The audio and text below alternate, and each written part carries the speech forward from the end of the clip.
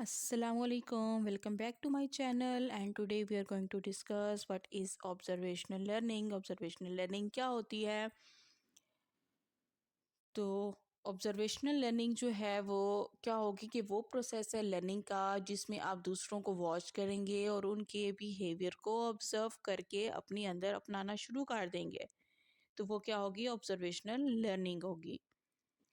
अब ये बिलीव किया जाता है कि ऑब्ज़र्वर क्या करता है, किसी मॉडल को कॉपी करता है। तो जो अमेरिकन साइकोलॉजिस्ट हैं एल्बर्ट बेंडोरा, उसने ये कहा कि इंडिविजुअल्स जो हैं वो दूसरों के बिहेवियर को लर्न करते हैं, वो उसको इमिटेट नहीं करते।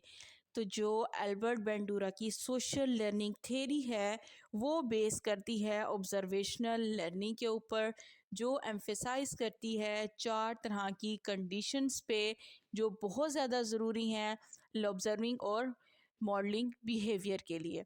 वो चार तरह के क्या कंपोनेंट्स हैं? सबसे पहला जो कंपोनेंट है which is attention, number 2 is retention, number 3 is reproduction and number 4 is motivation। तो with the help of example हम इन चार कंपोनेंट्स को डिस्कस करते हैं।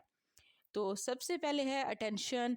अटेंशन क्या होता है कि आप कंटिन्यूसली किसी चीज़ के ऊपर जो है वो फोकस किए रखें, अपने सराउंडिंग इन्वायरमेंट के अंदर जो आपके लिए सबसे ज़्यादा इंटरेस्टिंग चीज़ है। मेन चीज़ आप डिपेंड करती है आपकी इंटरेस्ट के ऊपर, आपका इंटरेस्ट किस चीज़ की तरफ है, उसी बेस पे आप अपनी अटेंशन पे करते हैं। आप उस मॉडल को नोटिस करेंगे और उसके बिहेवियर को एक जो है वो नोटिस करेंगे किस तरीके से उसका बिहेवियर हो रहा है और कब और कैसे हो रहा है। अब ह्यूमंस के अंदर जो है वो ऑब्जर्वर जो है वो बिहेवियर जो मॉडल्स के हैं उसको अटेंशन पे करेगा, जो कि हाई स्टेटस होगा, जिनका टैलेंटेड होंगे, इंटेलिजेंट होंगे और उसी तरह होंगे जो ऑब्जर्वर के अंदर करेक्टरिस्टिक्स मौजूद होंगी। फॉर एग्ज़ाम्पल अगर आप अपने ऑफिस का वीपी बनना चाह रहे हैं अपनी कंपनी का, तो आप क्या करेंगे कि जो आपका करंट वीपी है आप उसको ऑब्ज़र्व करेंगे और उसके बिहेवियर को मिमिक करने की कोशिश करेंगे। Second is retention. अब अटेंशन ही ज़रूरी नहीं होती, इनफ नहीं है किसी भी बिहेवियर को लर्न करने के लिए। आपने उस चीज़ को रिटेन भी करना है, रिमेंबर भी रखना है उसके ऑब्जर्वर को। और उसके बाद जैसे ही आप उसको जब रिमेंबर करोगे तो रिटेंशन के चांसेस इंक्रीज़ हो जाएंगे।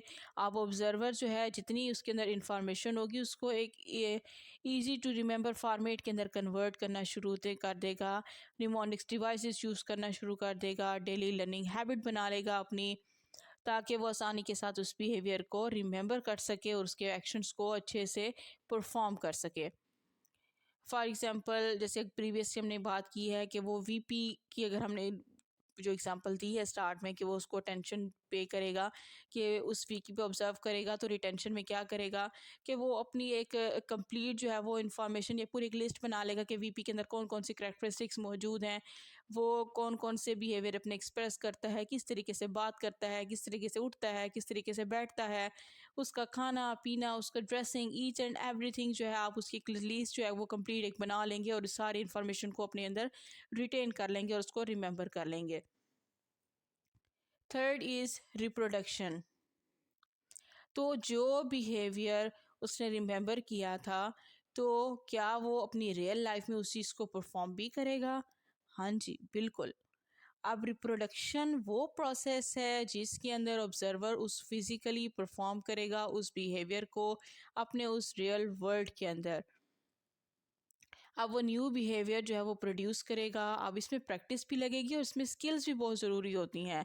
अगर वो वॉच कर रहा है अपने वीपी को कि वो अगर एक प्रेजेंटेशन पेश कर रहा है तो ब्रिलियंट किस्म की जो है वो प्रेजेंटेशन पेश कर रहा है, तो जो टैक्टिक्स वो यूज़ कर रहा है प्रेजेंटेशंस के अंदर, तो आप क्या करेंगे और उसको एक जब आपने प्रोड्यूस करना शुरू कर दी, अपने अंदर उन चीज़ों को जो है वो प्रोड्यूस करना शुरू कर दिया, वही सारी करेक्टरिस्टिक्स आपने एक्सप्रेस करना शुरू कर दी, तो वो क्या हो जाएंगी? रिप्रोडक्शन हो जाएगी। Next is motivation. इस चीज़ के लिए पर्सनल मोटिवेशन का होना भी बहुत ज़्यादा ज़रूरी है कि जो ऑब्ज़र्वर का बिहेवियर है तो वो जब उसको अटेंशन पे कर रहा है तो वो मोटिवेटेड है ताकि वो डिज़ायर्ड बिहेवियर को प्रोड्यूस कर सके। तो ये एक इंट्रिंसिक होती है कि इंट्रिंसिक का मतलब होता है इंटरनल, कि ये जो मोटिवेशन होती है वो इंटरनल होती है। अब ये एक्सटर्नल रिइंफोर्समेंट के थ्रू भी आती है, रिवॉर्ड्स और पनिशमेंट के थ्रू। अब जो वीपी ने एग्जांपल यूज़ की है तो मोटिवेशन जो है वो क्या है, एक इंट्रिंसिक है। आप जो है बेटर इसको अंडरस्टैंड कर सकते हो एक वीपी बनने के लिए कंपनी के कौन कौन सी स्किल्स जो हैं वो रिक्वायर्ड है, तो क्या आपके अंदर भी वो स्किल्स मौजूद हैं। आप अपने आप को मोटिवेट करोगे कि येस आई कैन डू, तो वो क्या है, एक इंट्रिंसिक मोटिवेशन है। आप अपने आप को मोटिवेट करने की कोशिश कर रहे होते हो तो वो एक क्या है, इंटरनल मोटिवेशन होती है। और ये भी बहुत ज़रूरी होती है इस चीज़ के लिए। तो साइंटिस्ट इसके बारे में क्या कहती है और साइंस क्या कहती है, व्हाट डज़ द साइंस से। तो सबसे पहले इस पे जो एक्सपेरिमेंट किया गया था ऑब्जर्वेशनल लर्निंग को डिफ़ाइन करने के लिए, बोबो डॉल एक्सपेरिमेंट। बोबो डॉल एक्सपेरिमेंट क्या शो करता है कि बच्चे जो हैं वो ही वायलेंट बिहेवियर एक्सप्रेस करेंगे जो उसके सामने प्रेजेंट किए जाएंगे। अब इसमें जो एक्सपेरिमेंट किया गया था उसमें बच्चों को वीडियो दिखाई गई थी जिसमें एक मॉडल था जो एग्रेसिवली एक्ट कर रहा था किसकी तरफ, एक डॉल की तरफ।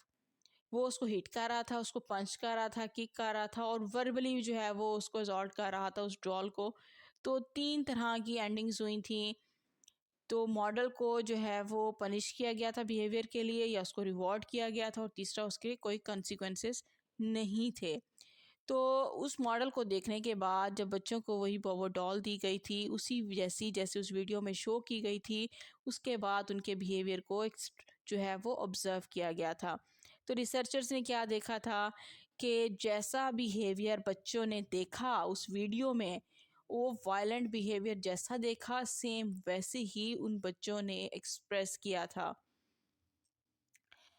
अब जो इन बच्चों ने जो वायलेंस बिहेवियर शो किया, जो देखा, तो उसके बाद ये चीज़ ऑब्ज़र्व की गई थी कि जो चीज़ बच्चों ने देखी, ऑब्ज़र्व की, उन्होंने उस पे अटेंशन दी, उसके बाद उस इंफॉर्मेशन को रिटेन किया, रिटेन करने बाद उसको रिप्रोड्यूस किया। अगर आप उनके रिप्रोड्यूस करने के बाद अगर आप उसको इनकरेज करते हैं उस बच्चे को, तो वो क्या करेगा, अपने आप को दोबारा मोटिवेट करेगा उस बिहेवियर को दोबारा से रिपीट करने के लिए। तो वो क्या होगी, ऑब्जर्वेशनल लर्निंग होगी। फॉर एग्जांपल अगर बच्चा किसी को मारता है, सपोज किसी को थप्पड़ मार दिया और आपने क्या किया, उस बच्चे को थप्पड़ मारने की उसको शाबाशी कि बेटा बहुत अच्छा किया आपने, उसकी उसकी पिटाई की है, उसने आपको डांटा था तो आपने उसको जो है वो आगे से जवाब दिया या आपने उसकी जो फर्दर जो है उसको आपने थप्पड़ दिया उसको। तो वो क्या होगी, उस बच्चे के लिए एक मोटिवेशन होगी कि आपने दोबारा उस बच्चे को मोटिवेट किया क्योंकि उसने एक ऐसा बिहेवियर शो किया जो वायलेंट बिहेवियर था। और वायलेंट बिहेवियर जब उसने रिप्रोड्यूस किया तो रिप्रोड्यूस करने के बाद आपने उसको मोटिवेशन दी।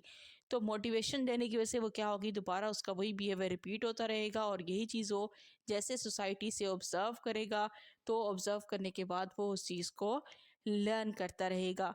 तो बच्चे जो हैं वो at the age of 5 years जो कुछ वो अपने इन्वायरमेंट में देखेंगे, ऑब्ज़र्व करेंगे, वही चीज़ अपनी पर्सनैलिटी के अंदर डेवलप करेंगे और वही चीज़ दोबारा जो है वो इन्वायरमेंट में रिपीट करते रहेंगे और ये साइकिल इसी तरह आगे चलता रहेगा। तो ये थी एक ऑपरेंट कंडीशन ऑब्जर्वेशनल लर्निंग। तो यहाँ तक अगर किसी को कोई इशू है, कोई, आप कमेंट सेक्शन में बता सकते हैं। काइंडली लाइक करें, शेयर करें और सब्सक्राइब करें और बेल आइकन को प्रेस करें ताकि नए आने वाले वीडियोज़ का आपको नोटिफिकेशन मिल सके। Thank you so much.